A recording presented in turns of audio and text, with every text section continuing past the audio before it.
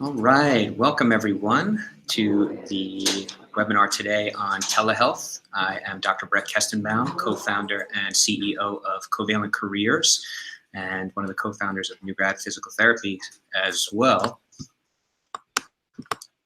Give me a second here. There we go. I just had the YouTube pulled up on the back end so I can answer any of your questions that you have for us today.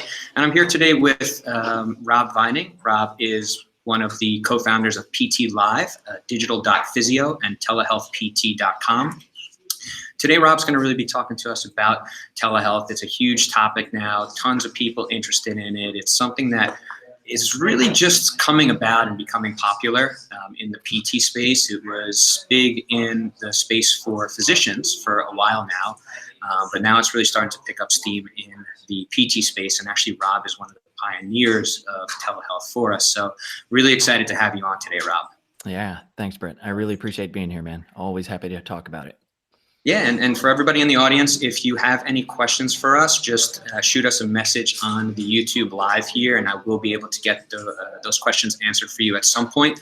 Just bear with me. It might not be exactly when you ask the question, but those questions will be answered. If you can't join us for the entire show here, you can always catch it on YouTube at any point after we're done here. So Rob, just to kick things off, really, tell us how you got started in telehealth. Yeah, so story goes. So I've told this, these are one of the stories that you tell like over and over again, right? And you always have to kind of scratch your head and go, am I telling the same story? Because it just gets to some point, 15 years later. So whenever I was first getting into PT school, I wanted to utilize technology, and the professors I was interviewing with were like, oh, EMR systems. And I was like, no, like virtual visits, seeing people. And they just, had a chuckle, and they're like, no, that's not going to happen, but good try, maybe in the future.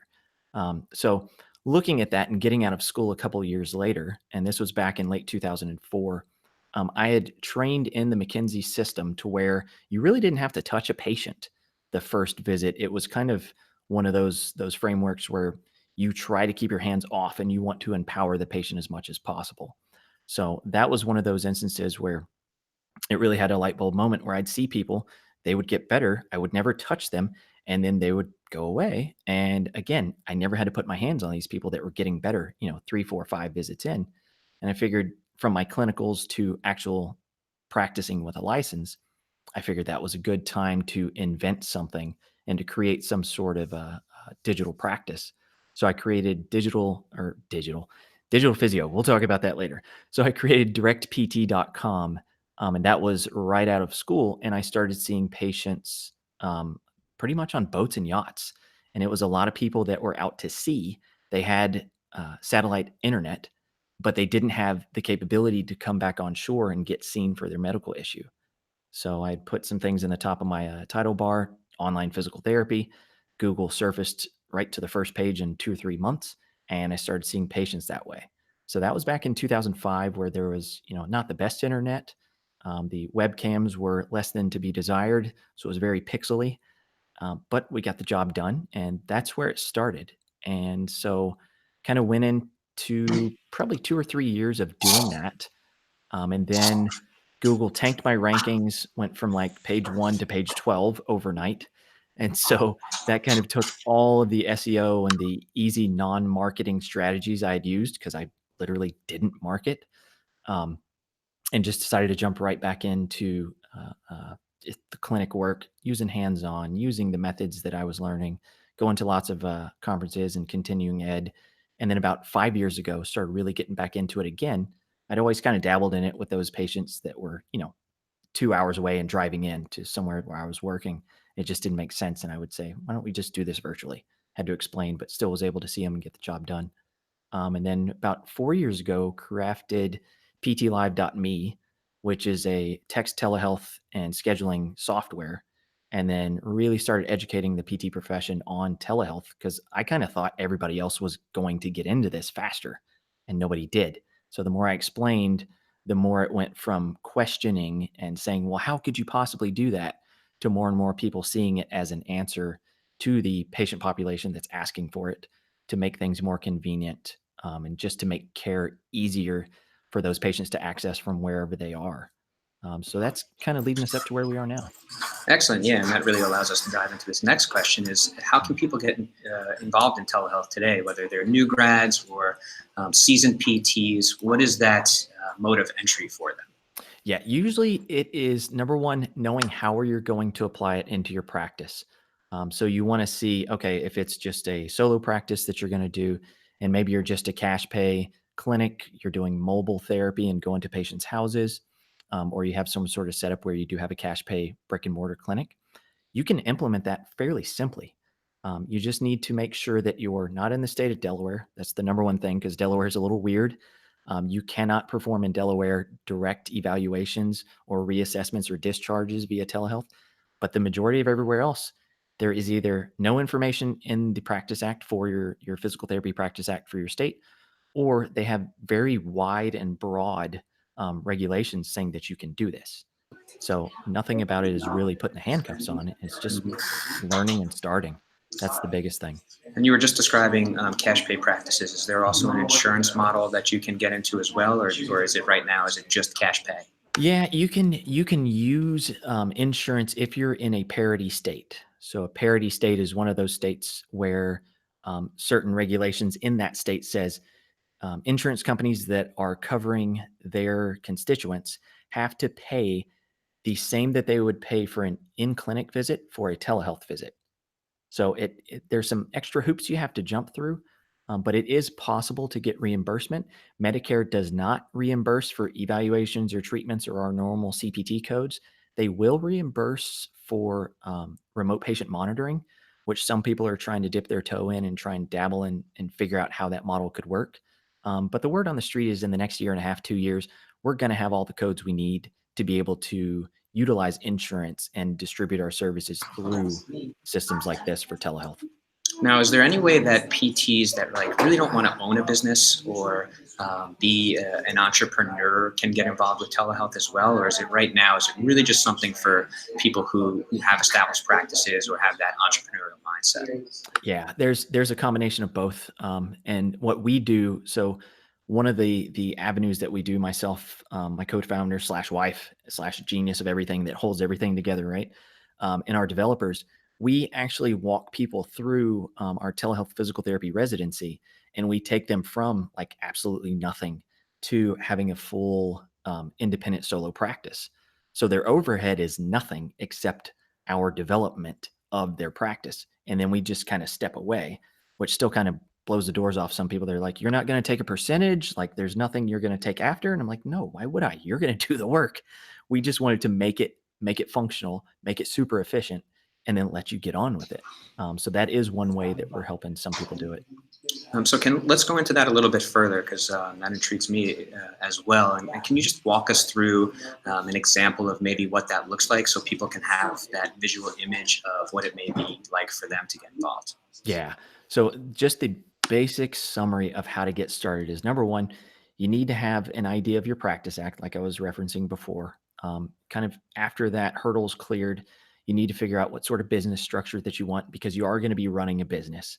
So most states will have like a PLLC or an LLC.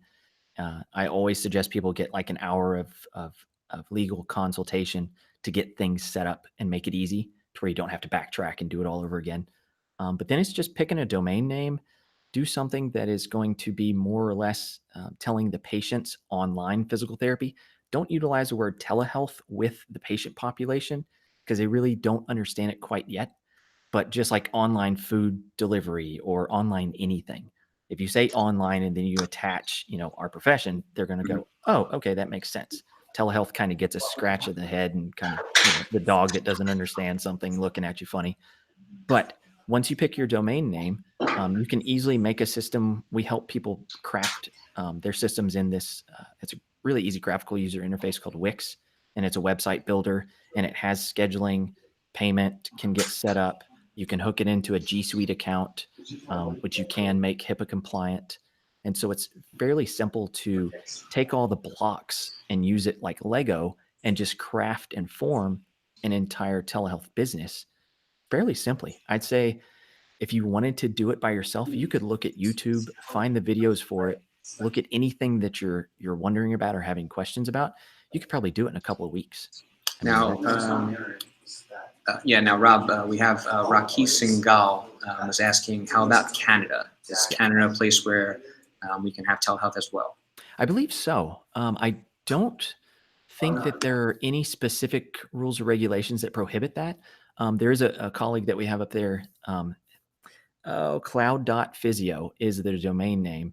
And Dan and I have spoke several times about this, and that's never come up, I don't believe. So I don't think that there's anything in Canadian Physical Therapy Practice Acts that I've heard of. Again, always just download the PDF and just do a Command F and search for telehealth or electronic treatment or anything that would kind of bring up those key terms. So you don't have to read the whole Practice Act, and that'll let you know right away. Now I have a question here from Austin Palazzolo. Do you need your license in the state that the patient is located if your clinic is in a different state? Yeah, good question. So that brings us back to this really gray area that is going to have to be parsed out in the next couple of years. But as of right now, in the United States, you need to be licensed in the state where the patient is physically in. So if you have a clinic that's in a different state, as long as you have an active license in that other state where the patient is physically located, you can see that patient. Excellent. Very good. Now we have Kindle Wilbur is asking, what is a G Suite account? So can you just take us through a little bit more tactically, like the mechanics of setting these things up as well? That might be very beneficial for people here. Yeah, definitely. So if you just go to Google and you type in G Suite, so the letter G and then SUITE, you can do it separate or all together. It's going to pull up Google's business account where they will actually just give you email, calendars, something that's very similar to basically it's Google Sheets, Google Docs, Google Storage, and you can have all these different technical software tools that are specific for your business. Now, that's going to include having your business name like rob@ptlive.me instead of rob@gmail.com. So if you're going to start a professional company in an organization, you want to have your domain name in your email. And so that's one part of what G Suite does. But you can hop into the admin very easily. And at the very top part of your G Suite account, you can type in HIPAA, HIPAA, and that will bring up a little link to click and it will walk you through the process.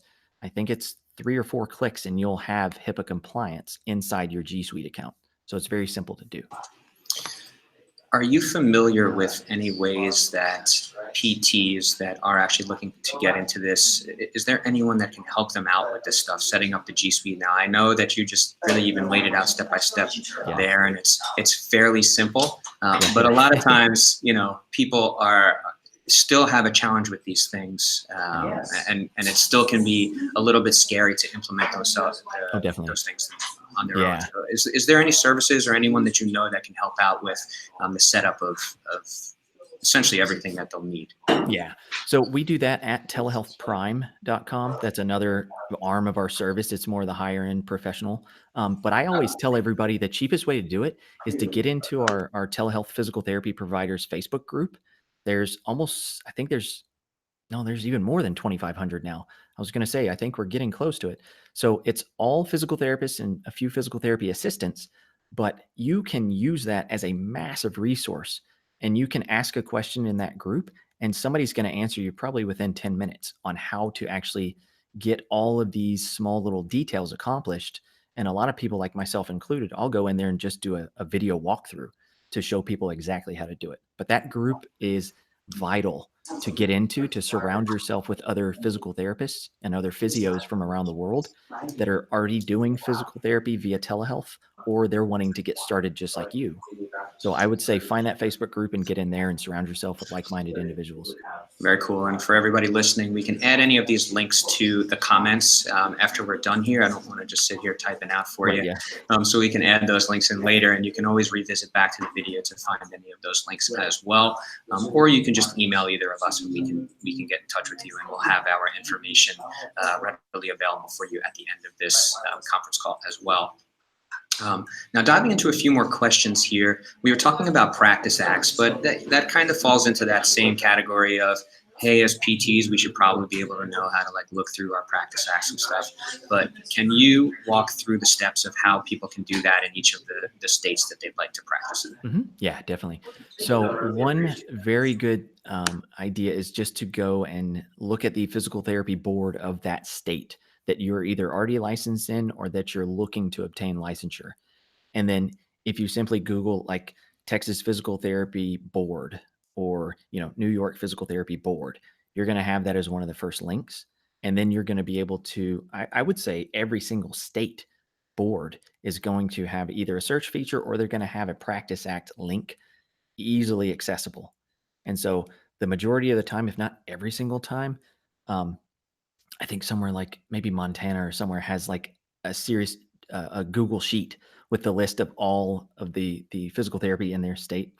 But otherwise, it's going to be a PDF document that's going to allow you to search that and download it, and then look through and see if there's any specific language about your state specific to telehealth and online physical therapy. Got it. And for all of you that don't know, Covalent Careers, we're a career development company. And now that Rob's mentioning this and I'm thinking about it, I can talk to our content team. I see Casey Coleman over here. So maybe we can put together a resource for people that they'll be able to just go to a central resource and just look up telehealth and state and make it super simple for people on that end of things. Perfect, man. So moving on to more questions here, I see Catherine Coleman asking, I want to bring a telehealth presence to my region, but not sure I know what steps to follow. Do you know of any mentorship opportunities for someone who wants to get started but needs more guidance? Yeah, I would definitely hop in that Facebook group. I'm probably going to say that at least 3 or 4 more times to these answers. Myself, I usually, if people get into that Facebook group and they kind of get stuck, I'm very free and open with my time. So if you hop into that group, you'll probably stumble across my scheduling app, which is actually, it's like an artificial intelligence scheduling app. Makes it very simple for me. I just discovered this like 2 months ago. But the majority of the time, people are shocked that I will just give them an hour of my time. And they're like, how much does this cost? What can we talk about? And I'm like, it's free, whatever you want to talk about. So like today I did 2, yesterday I did 3. I mean, each day I'm probably talking to people at least between 2 and 5 hours about this and how to get them started. And usually within an hour, we can cover the majority of stuff that you're going to need. It's not a pitch. It's not anything to do with any of our products other than like giving you PT Live for free, because we do that with all the solo digital practice owners. We just give them PT Live and get them started. But other than that, feel free to pick my brain, but hop in that Facebook group. You're going to find every answer. And if you can't find any of the answers, post it. Somebody's going to look it up, if not me first, to do that, to answer you. Yeah, and you mentioned a couple of things there, 2 different topics that we can cover probably in different webinars or things like that. But one of them was your AI scheduling. So how to leverage technology just in general as physical therapists. And then the other was just describing really business skills and things like that. Those are 2 topics that I would obviously like to cover in this webinar, but this is about telehealth, and we'll stick to that subject for now. But maybe we could come back to that in another webinar as well. Definitely jump on together there. So a couple more questions here. Todd Turner asks, telehealth residency? Are there residencies available for telehealth at this specific time? Yeah, that's what we call ours. It's a telehealth mentorship and residency. And basically, there is nothing else out there that will actually allow you to do that in a, let's say, a really normalized, really, I don't know how else to say this, a really stiff, regimented residency, right? I am very free flowing and trying to adjust with any idea that somebody has, because you bring 10 different niche populations to our telehealth residency that we have, we're going to be able to deal with all of those. Now, it isn't just about the treatment, but there's going to be more and more individuals that start offering these, just as, being able to show somebody an orthopedic residency versus a women's health residency versus a pediatric. There's going to be a niche that pops up that's going to be telehealth pediatric residency. So I see those happening in the future. We just try and cover all bases by, in the back of our mind, we know that most people know how to treat patients.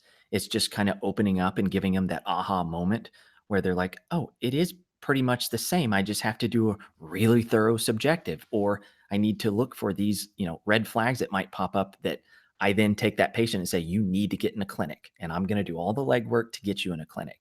But once you're kind of over a few of those hurdles, a lot of people that have gone through our residency in the past, they really have this eye-opening moment. Like 2 weeks in, they're like, this is not hard. Like, this is really, it's just a framework to kind of adjust your mind to.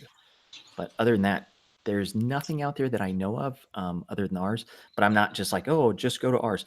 If anything else comes up, please let me know, because I'm vacuuming up every bit of information and getting people on the Telehealth 20 podcast that I have, where I love discussing these types of topics. Yeah, and anybody out there, if you're not familiar with Rob is pioneering this industry for us. He's doing such an incredible job. He's always sharing the information with everybody, and he's truly genuine in what he's saying here. If people are popping up or know of other residency programs, please share them with him. If you share them with him, he will share them with others as well. This is truly a community feel thing here. Now, from what you've seen, because you're in the mix with telehealth, where are we in telehealth today in physical therapy, and where do you project that we will be in 5 to 10 years? Are there any settings that telehealth is more predominant now, and are there any settings that really don't have telehealth implementation in any way whatsoever? Yeah, I would say the funny part is I would have thought that, like, okay, wound care, right? There's no way that you could do that. But Heather Flexer Ciasco is actually doing that. So she's a physical therapist that focuses on wound care. I think she has a big virtual conference that's actually coming up in the next, I think maybe next month or so. But definitely search out on that, because that was one thing that whenever she told me she was doing it, I was like, what? And then I was like, oh. And then she explained to me how, she would carry that through. And I was like, oh, okay. So it's not even only just for patients, but it's also for physical therapists that are not comfortable treating patients with wounds. So it's almost like she's looking over your shoulder and saying, yep, you're going to need this, you're going to need that. And she's providing that concierge service of just on the spot information with things that other physical therapists might not be comfortable with. But that's just one really good example of something that I was thinking, no way. But Yeah, definitely there is.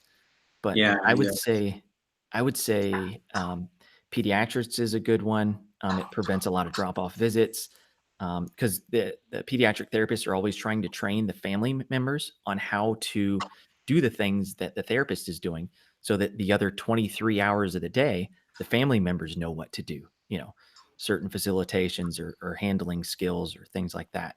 Women's health is a big one. Orthopedics, I do that all the time. So that's one that I think a lot of people, once they see me treat a patient, which I've done live and in those Facebook groups, that's something that kind of opens up the eyes of a lot of people in ortho, and they're like, oh, it's not all about my hands. It's like, no, this provides the shortcut for this. So if you can, make all the things that you need to make and appropriately teach the patient how to maybe even do some skill that is a little hands-on, but it gets them 75% better versus 0% better because they're 3 hours away from the closest clinic, that's a big step. As far as, I'm trying to really think of somebody that might be in a niche that does not or could not utilize telehealth. I would love for the audience to actually to bring up some things that they're like, oh no, that definitely wouldn't work. Because as far as I'm concerned, I'm so dipped into it. I'm like, no, I could think of some way where it would work, you know. But as far as where we are in telehealth right now, I'd say we're probably at like I don't know, the second iPhone version, right? It was decent, and people were like, oh, this works really well. But it's still got some rough edges that we could clean up a little bit.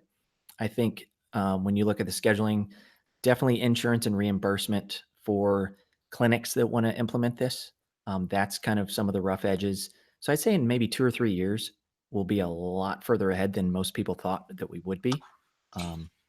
But I would say definitely in 5 years, everybody's going to be using this. You look at Athletico.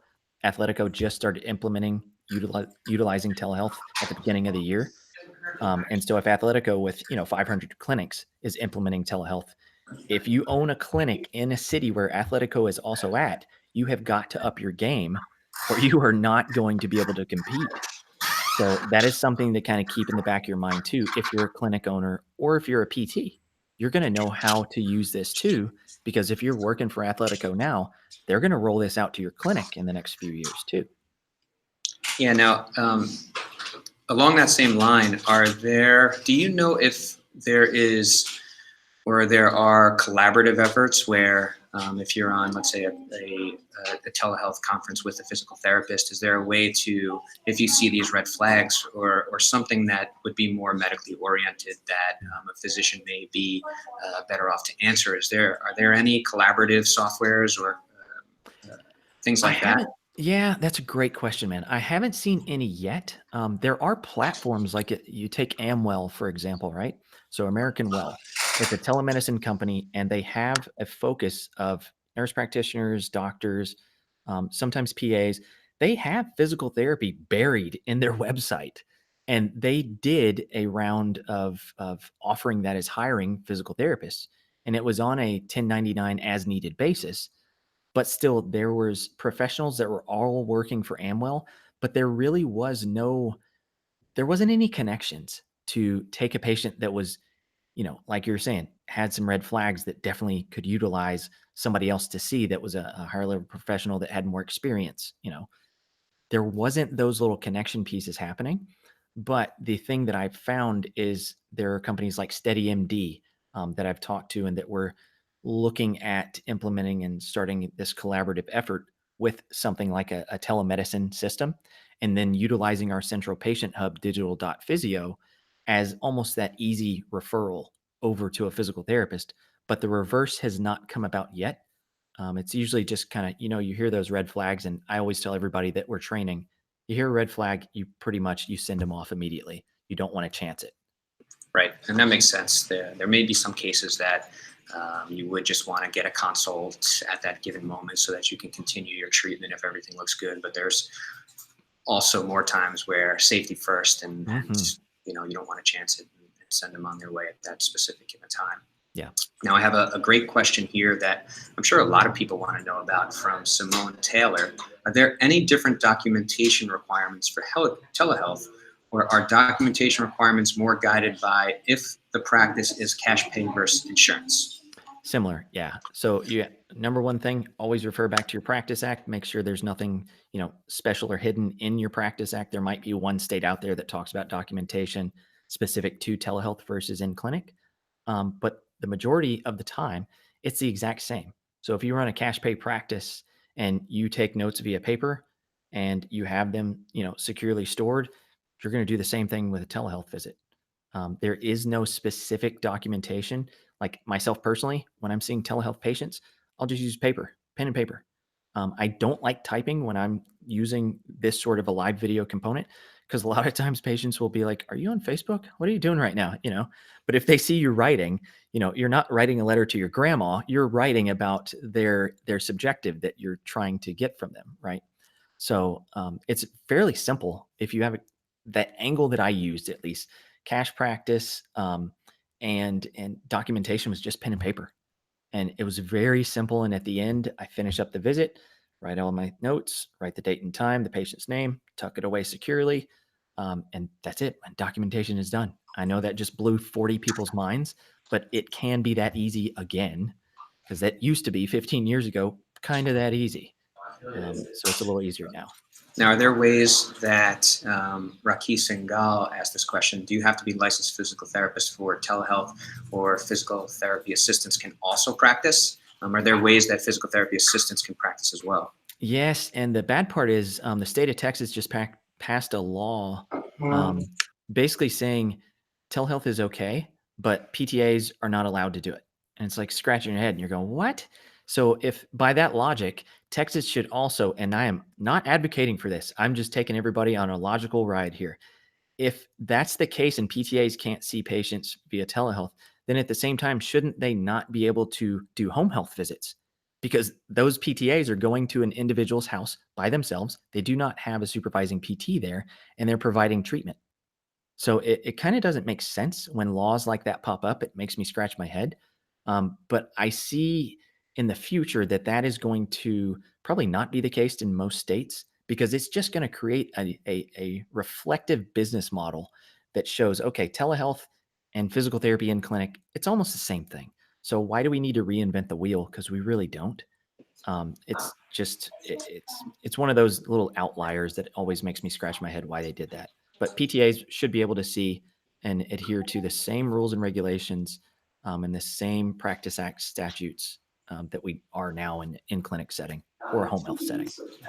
Now, here's a great question from Catherine Coleman, and we have essentially a two-sided marketplace here, right? We have to get the buy-in from the clinicians, from the physical therapy community, but we also have to get the buy-in from the patients. So Catherine Coleman asked, have you noticed any difficulties with patient buy-in with telehealth? Patients are ready. Patients are way ready to do this. I mean, the thing that would have been the difficulty was when I was doing this in my first few years, and you had the most difficulty, that was probably the biggest challenge, was people putting their credit card information online and paying for something online. Like that was a decade and a half ago, right?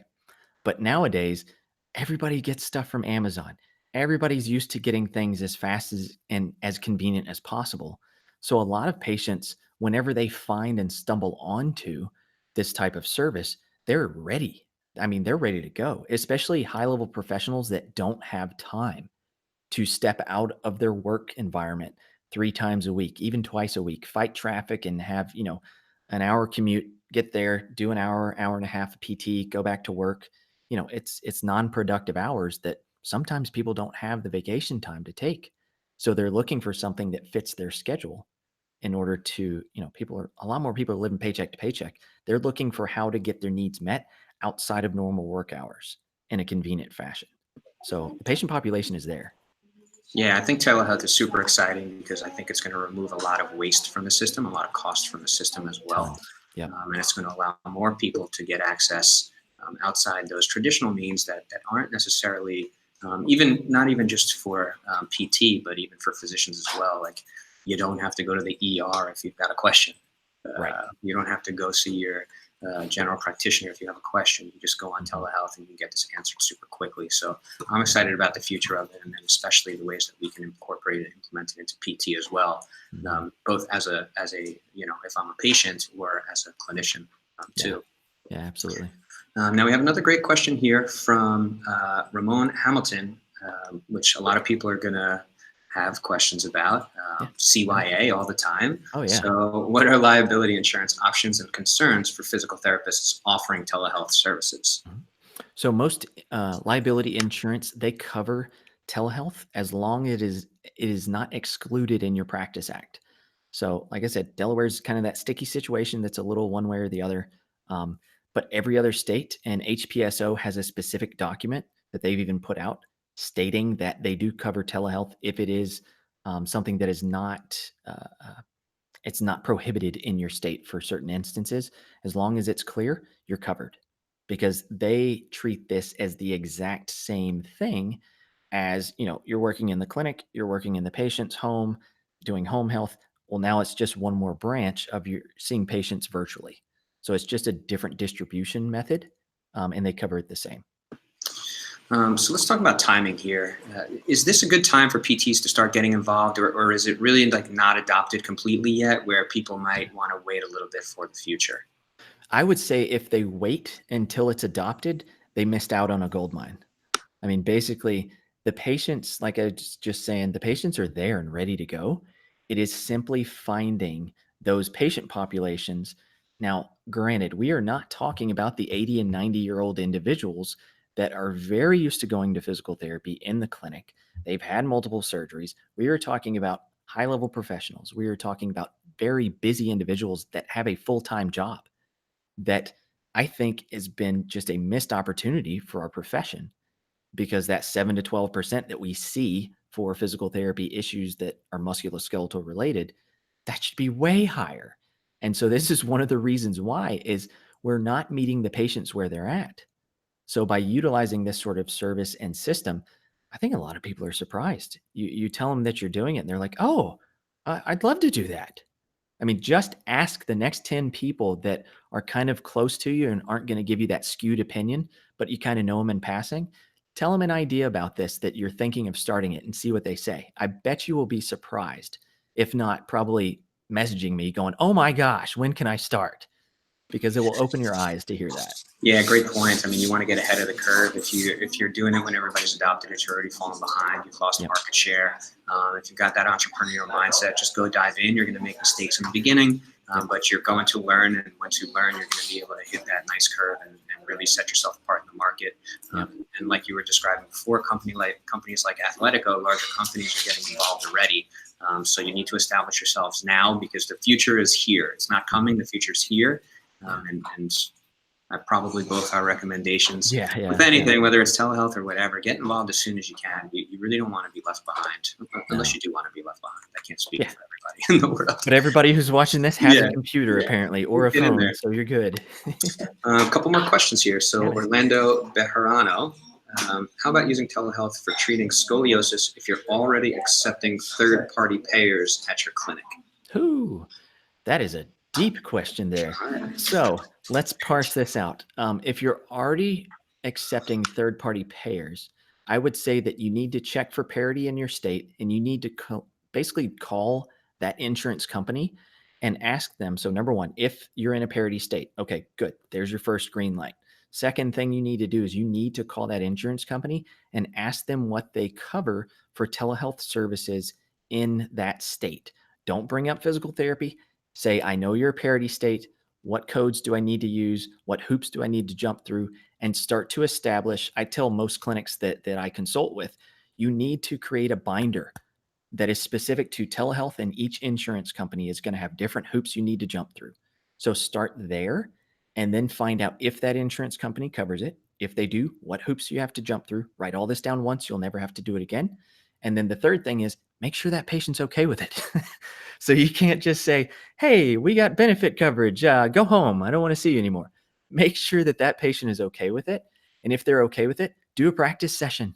Like literally make sure that the tech is all hooked up with this patient and have them in another room and you're in another room. Just practice for 5 minutes so that you can have a successful first time that you attempt that.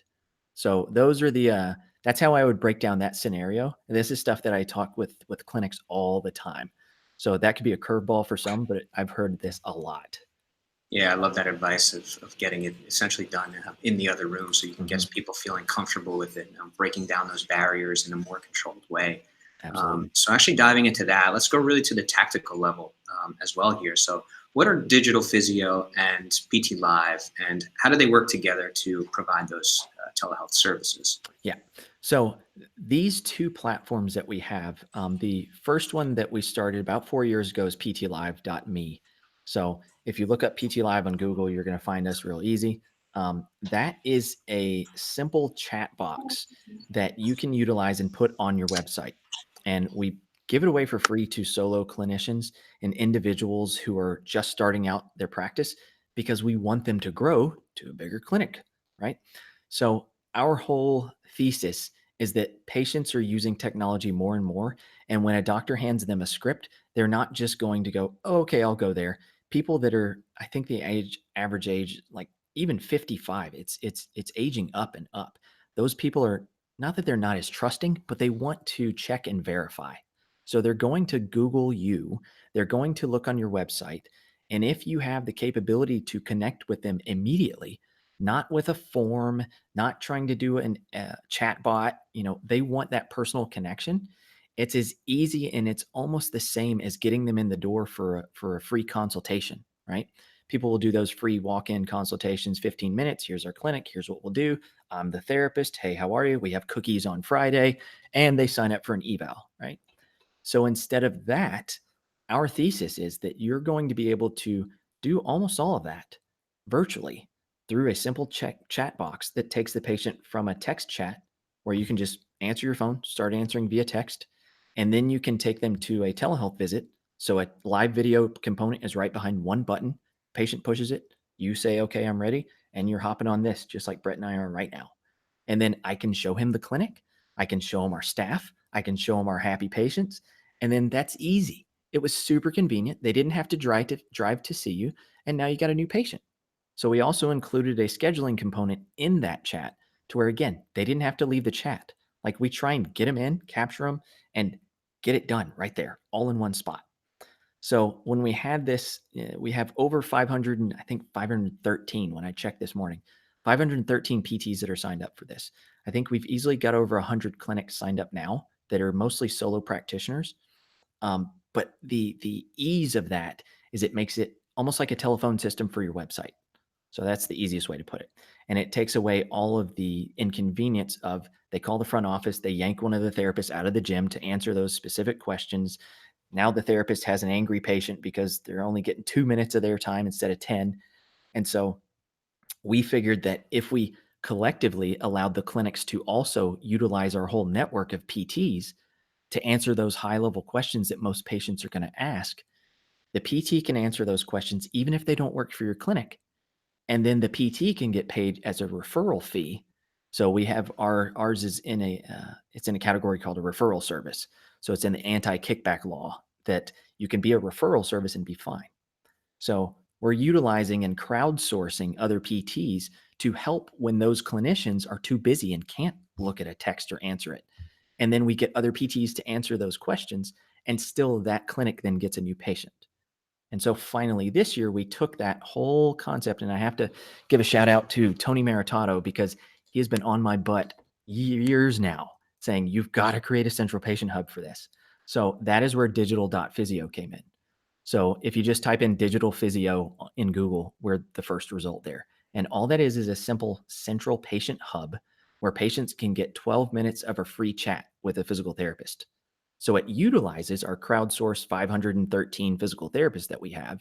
And then it provides that 12-minute free consultation for these patients that literally never had a clue that they could talk to somebody this conveniently. We don't even make them sign up for an account. They pick their diagnosis, they pick the state that they're in so that we can match them first with a clinician that's in their state. And then they enter a first name, could be fake, could be real, we don't care. And then they hit chat and they're connected with a physical therapist. And so through those 12 minutes, the physical therapist is playing triage.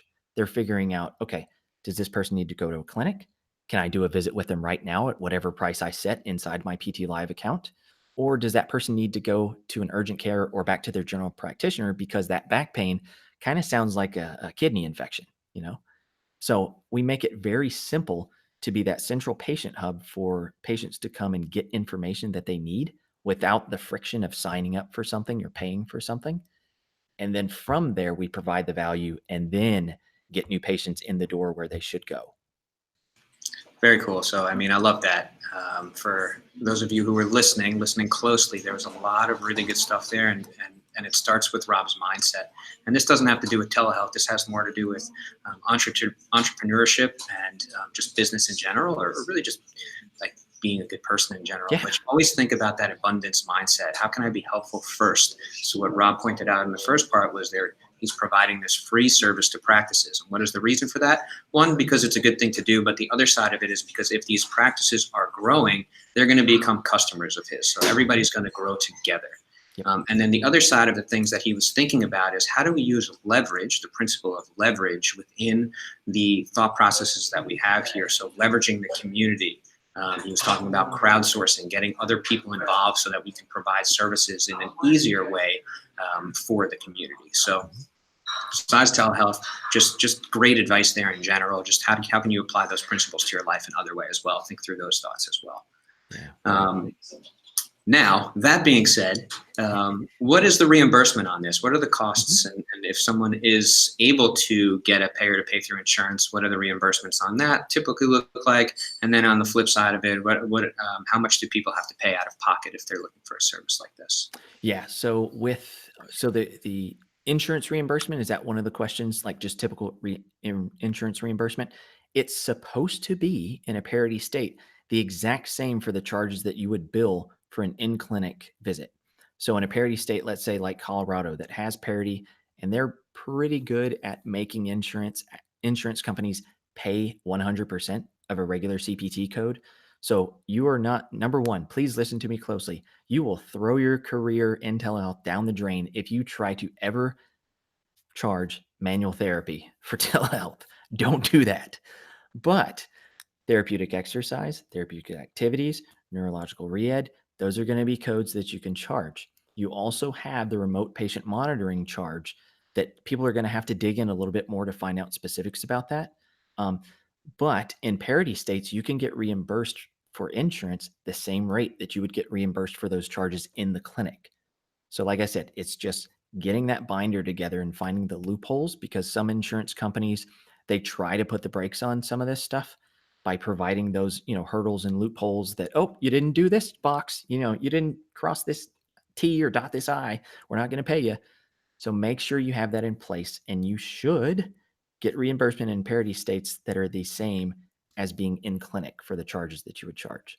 But as far as like the cash pay side, like myself personally, I'd charge $95 for an hour eval or hour treatment, either one. I keep them the same, and then $55 for a half hour. So it's a very digestible amount, because some people are paying that for a copay. So, what was that other half of the question? I think I missed that No, piece. that was good. That also answers Grady from New Jersey's question about, do you have a schedule for telehealth that is posted, or do you work out fees per patient based on need and length of stay? Yeah, you definitely don't want to. On the 2 calls that I had today, they were asking, well, should I make packages? My suggestion is to not make packages, because you want it very simple. You don't want the patient to have choice fatigue. And then here's the other thing. Your goal is to get that patient better as fast as possible. If you have a 6-visit package and you get them better in 4 visits, you now have to track 2 visits with 1 patient for eternity, right? So to make it as simple as possible, just do an individual 3 choices. Your eval, keep it the exact same length of time and the same rate as an hour long or a long treatment. That way there's no choice fatigue, and they actually only have 2 choices. And then you have that half hour or the short version, to where, some people just need a little bit of a follow-up, and a half hour can knock that out. But it's totally up to everybody. Very cool. That's actually interesting, and it just brings me on a thought train that's similar, but or I guess related. Have you ever thought of having this for non-clinical cases, where people are maybe looking for advice on performance or things like that, where potentially a model that you were just describing might be something that is viable? Yeah, yeah. Our whole system is pretty rubber stamp ready. So the whole PT Live and digital physio model of having something that is the collection and provides a business service, but then utilizes and crowdsources those individuals and those businesses to provide a patient-facing service. I see this as something. If people haven't copied us yet, I just don't think they've listened enough, because it's a genius system and a genius service. And we've been approached by some associations that are looking for this sort of model to provide for their professionals, not the APTA, but other associations outside of physical therapy. I will say that much. Now, question from Ramon Hamilton. Is there an online resource to find out if your preferred video conferencing platform is HIPAA compliant? Mm-hmm. So in order to find that out, you can simply ask them, or they should have all over their website something about HIPAA compliance with a BAA, or a business associate agreement, or I think Google calls it a business associates amendment or something like that. They should be able to provide you with that, either upon request, or it might be an upsell package. For example, Zoom. Zoom is a platform that I use just for business meetings, but they cost $14.99 a month. And then if you go to the HIPAA compliant version, it's $200 a month. So it's a little more pricey, but they will provide you with a business associates agreement to make you quote unquote HIPAA compliant. But then you have cheaper options like Doxy.me, which is out there and it is HIPAA compliant. CoView is one of my favorites, COVIU.com. They're coming out with a HIPAA compliant version that, again, should be probably a quarter of the price of Zoom. So there's a lot of different options. And again, I'm going to refer back to that telehealth PT group. Hop in there and you'll just be flooded. Like, what's everybody using? And you'll have 30 answers by the end of the day. And you can say, I need a HIPAA compliant. And then you'll not only have the link to what that software is, but you'll probably have some good feedback and some discussions around that too. You've been describing about these parity states for a while now in this talk. Mm-hmm. And Catherine Coleman asked a good question. Catherine, how do we find out more about parity states? Yeah. So it should be a American Telemedicine Association link. If you go to Google and you type parity insurance reimbursement or parity telehealth, those 2 things as well, I think, should just simply pop up a link that's going to show you a map. It's going to have orange, blue, and light blue states, I think. It will show you a map of what are parity states and what are not. But just Google telehealth or telemedicine and parity, parity, and that will pull that up. It should be a link for the ATA, the American Telemedicine Association.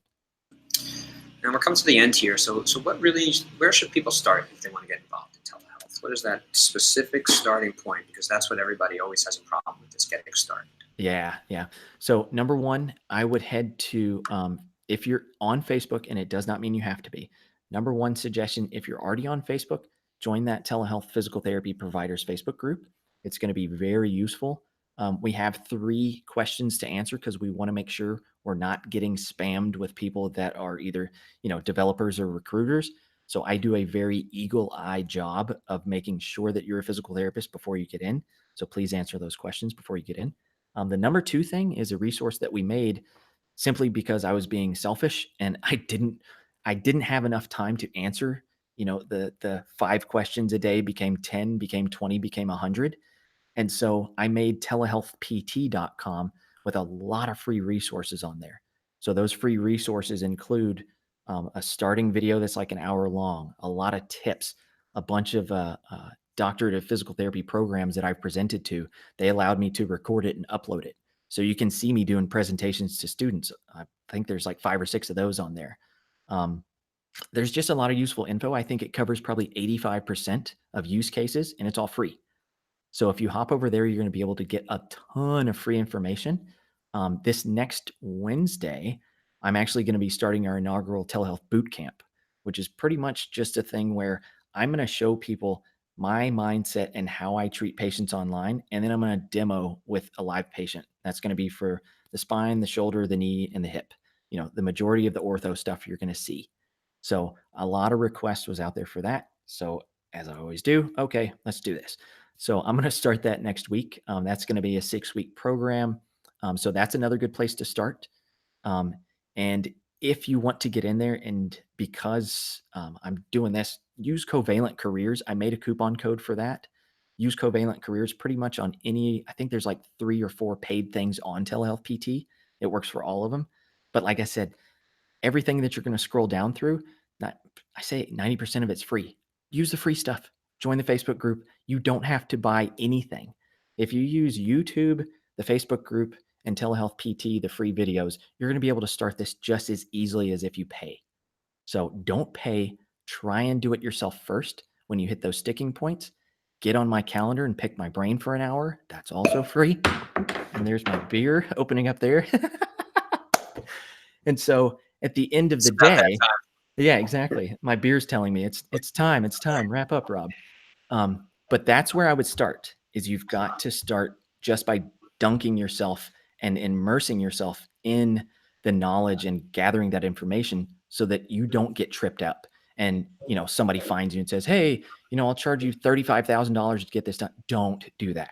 Please don't. I've had people come to me and I'm like, do not do that. Please don't do that. So just learn all you can, get in the groups, surround yourself with like-minded individuals. Don't listen to the people that say it's impossible to do. Watch me do a free visit. It's easy. It's not hard, and it's not rocket science, guys. Awesome. Rob, thanks so much. Where can people find you if they want to get in touch? I know you've been saying you don't like talking to people and everything, but yeah, if they want to get in touch, where can they find you? Yeah, you can find me on most social media at PT Live Guy. So PT Live and then GUI Guy. And then you can also just email me, rob@ptlive.me. And then that's it. Great. I'm going to ask you to put some of these links that you've been referring to in the comments for this YouTube video. So if you're watching, you can see some of those helpful links in this YouTube video. We'll also have our team here send those links out to anybody who signed up for this YouTube Live via email. We can do that as well. And if there's anything else you need, you can also find me, Brett, B-R-E-T-T, at covalentcareers.com as well. Just shoot me an email. I'm happy to answer any questions that are outside of the scope of what Rob's talking about here, which is telehealth. If you ever have any career-related questions or anything that has to do with business, whatever it might be, happy to answer those questions for you as well. If no one has any final questions here, Rob, thanks so much again. Everybody, thank you so much for coming and listening to our webinar today. We really appreciate all of you. And to everybody out there, best of luck, and keep pursuing your dreams, and keep on getting that information that's out there for you for free to help you do all those things that you want to do. Take care.